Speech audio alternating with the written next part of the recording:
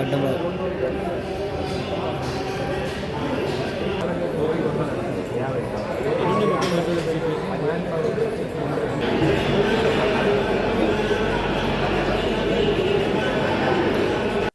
శివరాత్రి పర్వదినాన్ని పురస్కరించుకొని శ్రీశైల దేవస్థానంలో చురుగ్గా బ్రహ్మోత్సవాల కార్యక్రమానికి సంబంధించిన ఏర్పాట్లు జరుగుతున్నాయి. ఇప్పటికే రాష్ట్ర మంత్రుల బృందం ఒకసారి శ్రీశైలం దేవస్థానం చుట్టుపక్కల మొత్తం పరిశీలించి అధికారులను సూచన ఇవ్వడం జరిగింది.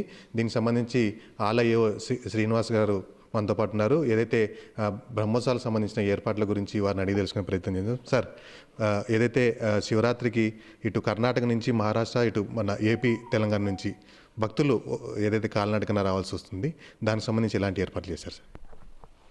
ఓం నమ శివాయ, శ్రీమాత్రే నమః. మనకు కాలినడకన వచ్చేటువంటి భక్తులు మన ఆత్మకూరు వరకు హైవే మీద వస్తారు. అక్కడి నుంచి బైర్లూటి, నాగులూటి అడవి మార్గంలో మనకు కైలాస ద్వారం వరకు కూడా 40 కిలోమీటర్ల వరకు పెద్ద చెరువు, అదేవిధంగా మరి పంగిడి బేసు, ఇలాంటి వాటన్నిటినీ 40 కిలోమీటర్ల స్ట్రెచ్ వాళ్ళు కాలినడకన వస్తారు. ఈ 40 కిలోమీటర్ల పరిధిలో మనం ఫారెస్టు, అదేవిధంగా దేవస్థానం వారు సంయుక్తంగా వారికి కాలినడకన వచ్చేటువంటి భక్తులకి ఎటువంటి అసౌకర్యం కలగకుండా ఒకటి రక్షణ వ్యవస్థను ఏర్పాటు చేయడం జరుగుతుంది. దాంతోపాటు వారు ఎన్ని కిలోమీటర్లు అయితే నడిచినటువంటి మధ్యలో కొంతసేపు సేదతీరి అక్కడ కాలకృత్యాలు తీర్చుకోవడానికి, అదేవిధంగా మంచినీటి వసతి, అదేవిధంగా వైద్య సదుపాయం, వీటన్నిటితోటి మనం బేస్ క్యాంపుల్లాగా ఏర్పాటు చేసి అక్కడ మనం షామియానా వేస్తాం. షామియానాతో పాటు కొన్ని పట్టలు ఏర్పాటు చేసి వారు కాసేపు సేదతీరటం, అదేవిధంగా ఎక్కువ దూరం ప్రయాణిస్తారు కాబట్టి వాళ్ళకి కొంత అలసటకు గురవుతారు. అలసటకు గురితో పాటు చిన్నపాటి కాళ్ళు నొప్పులు, అదేవిధంగా ఏదైనా స్క్రాచెస్ అలాంటివి ఉన్నా కూడా వారికి కావాల్సినటువంటి వైద్య వ్యవస్థలో భాగంగా ఆయింట్మెంట్స్ ఇలాంటి వాటిని కూడా మనం ఏర్పాటు చేస్తున్నాం. అదేవిధంగా డాక్టర్లను కూడా స్పెషలిస్ట్ డాక్టర్లు వారి యొక్క సేవలు ఉంటాయి. అక్కడ మరుగుదొడ్లు, అదేవిధంగా మంచినీటి వసతిని ఏర్పాటు చేస్తున్నాం. అసలు కాలినడకన ఎంతమంది మనం అడవి మార్గంగా వస్తున్నారనే దాన్ని కూడా మనం కెమెరాలో వాళ్ళ యొక్క వివరాలంటే ఎంతమంది అనేది కౌంట్ చేయడానికి సంబంధించి హై స్పీడ్ కెమెరాలను కూడా మనం ఏర్పాటు చేస్తున్నాం. సో అక్కడ వరకు కైలాస ద్వారం వరకు వారు వస్తారు. కైలాస ద్వారం నుంచి మధ్యలో కూడా ఏదైనా సందర్భంలో వాళ్ళు కొంతమంది కనుక నడవలేని పరిస్థితిలో కనుక ఉన్నట్లయితే మనం కొన్ని జీప్స్ లాంటి వాటిని 4 జీప్స్ని ఏర్పాటు చేసి ఫారెస్ట్ అధికారులతోటి సమన్వయం చేసుకొని వారిని అక్కడి నుంచి తీసుకొని వచ్చేసి దేవస్థానం ఆవరణలో ఉన్నటువంటి మనం చలువ పందిడి లాంటివి ఏర్పాటు చేసాం. అక్కడ కూడా కాసేపు వారు సేద తీర్చుకొని స్వామి అమ్మవార్ల యొక్క దర్శనాన్ని చేసుకొని వారికి ఎటువంటి అసౌకర్యం కాకుండా ఇది ఉంది. స్వామి అమ్మవార్ల మీద ఉన్నటువంటి భక్తిభావంతో కొంత వ్యయ ప్రయాసాలు కోర్చి మొన్న మేము చూసినప్పుడు 600 కిలోమీటర్ల నుంచి కూడా వారు చాలా భక్తిభావంతో వస్తున్నారు అనేది మేము ప్రత్యక్షంగా చూడటం జరిగింది. కలెక్టర్ గారు, నేను, ఎస్పీ గారు, జాయింట్ కలెక్టర్ గారు మేమందరం చూసినప్పుడు దాన్ని చాలా అప్రిషియేట్ చేయాల్సిన అంశం అయినప్పటికీ కూడా ఇప్పుడు ఉన్నటువంటి పరిస్థితుల్లో మనం తినేటువంటి ఆహారం, పీల్చేటువంటి గాలి, మనం త్రాగేటువంటి నీరు, ఇవన్నీ కూడా కొంత కలుషితమైనటువంటి పదార్థాల్లో ఉన్నందువల్ల వారికి అనారోగ్య సమస్యలు ఏదైనా ఉన్నా కూడా మనం స్పెషలిస్టు డాక్టర్లు కూడా, కార్డియాలజిస్ట్ని కూడా ఈసారి అందుబాటులో ఉంచుతున్నాం. అందుబాటులో ఉంచినట్టు దాంతోపాటు ప్రతి 15 కిలోమీటర్లు 10 కిలోమీటర్ల వరకు మనం ఏఎస్ఎల్ అంటే అడ్వాన్స్డ్ లైఫ్ సేవింగ్ దీంతో మనం 104 అదేవిధంగా అంబులెన్స్ను కూడా పెట్టడం జరుగుతుంది.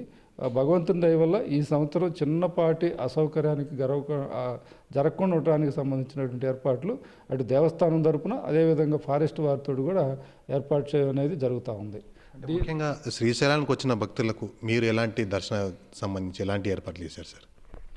మనం ఈ సంవత్సరం ఏర్పాట్లో భాగంగా గత సంవత్సరం ఉన్నటువంటి ఉచిత దర్శనానికి సంబంధించినటువంటి కంపార్ట్మెంట్ని మనం అదనంగా గంగాధర మండపం వరకు కూడా దాన్ని విస్తరించడం జరిగింది. అదేవిధంగా గతంలో ఉన్నటువంటి 150 రూపాయలు ఉన్నటువంటి టికెట్లు, అదే 200 రూపాయలు ఉన్నటువంటి దాన్ని ఈసారి ప్రత్యేకించి ఏమన్నా హోటల్ అనేది గతంలో ఒకటి ఉండేది, దాన్ని ఇప్పుడు మొత్తం కూడా తీసేసి అవి కూడా మన యొక్క భక్తులు అవసరమైనప్పుడు ఎక్కువగా ఉన్నటువంటి వారికి సంబంధించి మనం ఏర్పాట్లు చేయడం అనేది జరిగి అదనపు హోల్డింగ్ ఏరియా అంటాం. అంటే ముందు క్యూలో ఎక్కువ మంది ఉన్నప్పుడు నెక్స్ట్ వెయిట్ చేయడానికి సంబంధించి కొంత ఆ క్యూలో కాకుండా కంపార్ట్మెంట్ లాగా ఉంటుంది, దాంట్లో నిల్చోవచ్చు. వారికి కావాల్సినటువంటి మంచినీరు, అదేవిధంగా మరుగుదొడ్లు వస్తాయి. దాంతోపాటు మధ్య మధ్యలో మనకు ఉన్నటువంటి అన్నప్రసాద వితరణ ఏదైతే ఉందో వారికి అసౌకర్యం కాకుండా చూసుకోవడం కోసం మనం పెద్ద ఎత్తున గత సంవత్సరం కంటే కూడా ఈ సంవత్సరం 40% పైబడి మనం క్యూ లైన్ మేనేజ్మెంట్లో భాగంగా చూస్తున్నాం. అదేవిధంగా ఈ సంవత్సరం ప్రత్యేకించి గౌరవ మంత్రివర్యులు సమీక్షా సమావేశంలో ముఖ్యమంత్రి గారి ఆలోచనకు తగ్గట్టుగా ప్రతి ఒక్కరికి కూడా, అంటే క్యూ లైన్లో ఉన్నటువంటి ప్రతి ఒక్కరికి కూడా మనం ఒక 300 మిల్లీలీటర్ల వాటర్ బాటిల్ను కూడా ఒకటి దేవస్థానం తరపున ఉచితంగా ఆర్ఓ వాటర్ని మనం వారికి ఇవ్వటం అనేది జరుగుతుంది. దాంతోపాటు కంపార్ట్మెంట్లో కూడా మనం అన్నీ కూడా ఆర్ఓ ప్యూరిఫైడ్ వాటర్ తప్పక మనం పంపు వాటర్ ఇలాంటివి కాకుండా మనం సప్లై చేస్తున్నాం. దాంతోపాటు అన్నపానాయాలను కూడా ఇస్తున్నాం. కాబట్టి ఎక్కడ అసౌకర్యం కలగకుండా ఉండటానికి మాత్రం స్వామి అమ్మవార్ల కరుణా కటాక్షంతో ఆ ఏర్పాట్లు చేయడం అనేది జరుగుతూ ఉంది. ముఖ్యంగా బ్రహ్మోత్సవాలు స్టార్ట్ అయిన రోజు నుంచి స్వామి అమ్మవార్ల సేవలకు సంబంధించి ఎలాంటి ఏర్పాట్లు ఉన్నాయి సార్? మనకు బ్రహ్మోత్సవాలు 19వ తారీఖు నుంచి మార్చి 1వ తారీఖు వరకు ఉంటాయి. కాబట్టి 19వ తారీఖు నుంచి మనం కూడా కేవలం అలంకార దర్శనం తప్పక వేరే దర్శనం ఏం లేదు. మన ఉచిత దర్శనం 200, 500 టికెట్లు. అదేవిధంగా మన ప్రధానమైనటువంటి మెయిన్ గోపురం ఎస్కేడి కానీ, అదేవిధంగా పుష్కరిణి దగ్గర ఉన్నట్టు ఆ 2 గేట్లు కూడా కంప్లీట్ అవుతాయి. వివిఐపి కానీ విఐపి కూడా మనకు గేట్ నెంబర్ 2 హరిహర్రాయ గోపురం నుంచి మాత్రమే వారిని తీసుకొని వెళ్తారు. సామాన్య భక్తులకి ఎక్కడికి అసౌకర్యం లేకుండా టెంపుల్ యొక్క టైమింగ్స్ను కూడా 24 గంటల్లో 21 గంట కంటిన్యూస్గా మన యొక్క భక్తుల కోసం అని చెప్పేసి ఉచిత దర్శనాన్ని మనం కొనసాగిస్తున్నాం. అదేవిధంగా 200 రూపాయలు, 500 రూపాయలు వారి అవసరాల మేరకు లేదా అతి శీఘ్ర దర్శనం, శీఘ్ర దర్శనానికి సంబంధించి ఏర్పాట్లు చేస్తున్నాం. సో ఈసారి మనం సామాన్య భక్తులకే ఎక్కువగా పెద్దపీట వేయటం ద్వారా 21 గంటల సేపు స్వామి అమ్మవార్లను చూసుకోవడానికి సంబంధించిన మన ఏర్పాట్లు జరుగుతూ ఉన్నాయి. అంటే ముఖ్యంగా ఏదైతే పాగాలంకరణ చూడడానికి చాలామంది ఏదైతే ఆ రోజు రావడం జరుగుతుంది, ఆ రోజు ప్రత్యేకంగా ఎలాంటి ఏర్పాట్లు చేశారు సార్? మిగతా భారతదేశంలో ఎక్కడా లేనటువంటి ఒక ప్రత్యేకమైనటువంటి కార్యక్రమం మన స్వామి అమ్మవార్ల యొక్క, అంటే బ్రహ్మరంభ మల్లికార్జున స్వామి వార్ల యొక్క కళ్యాణోత్సవంలో భాగంగా మనకు వివాహక సమయంలో ఎట్లయితే మన తలపాగా చుట్టేసి తర్వాత దాంతోపాటు భాషికం అనేది పెట్టడం ద్వారా మన యొక్క ప్రధానమైనటువంటి ఈ వివాహ తంతు ఏదైతే ఉందో అది స్వామి అమ్మవార్లకు కూడా ఉండటం. అదేవిధంగా మనకు ఈ పాగాలంకరణ అనేది మనకు చీరాలకు సంబంధించినటువంటి పృథ్వీ వెంకటేశ్వర్లు గారని వారు ప్రత్యేకించి ఈ పాగాలంకరణ చేయడానికి సంబంధించినటువంటి 26వ తారీఖు రాత్రి 10 గంటల నుంచి 12 గంటల వరకు ఇది ఉంటారు. మనకు దేవాలయ ప్రాంగణంలో కేవలం 9,000 మంది నిల్చోటానికి మాత్రమే అవకాశం ఉంది. సో ఒక పక్క మనకి చంద్రావతి కళ్యాణ మండపం నుంచి వారు బయలుదేరినటువంటి ఇరుముడి స్వాములు, అంటే శివదీక్షాపరులు ఎవరైతే ఉండారో వారు రావడానికి ఎస్కేడి గేట్లో గుండా వారు వచ్చేసి రైట్ సైడ్లో ఉమామహేశ్వర స్వామివారు, అదేవిధంగా మనకు ఉన్నట్టు రాజరాజేశ్వర స్వామివారు ఉన్నటువంటి ఆ ప్రదేశంలో వారికి కేటాయింపు జరుగుతుంది. అదేవిధంగా విఐపి లాంటి వారికి కూడా మనకు ఉన్నటువంటి కళ్యాణ మండపం ముందు ఉన్నటువంటి ప్రదేశంలో ఇట్లా మనం క్లియర్గా ఎవరు ఎక్కడ ఉండాలనేది ఉంది. మనం 9,000 మంది మాత్రమే లోపల అలౌ చేయటం అనేది జరుగుతుంది. దాన్ని బట్టేసి మనకు ఏ కంపార్ట్మెంట్లు నిండిని ఏందనేది మనకు తెలుస్తుంది. కాబట్టి ఇక తదుపరి మాత్రం మనం ఏమీ చేయలేము.